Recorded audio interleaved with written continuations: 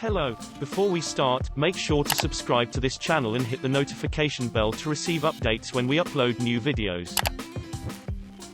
Nissan is today marking the start of production of the new Juke at its Sunderland plant, following a £100 million investment.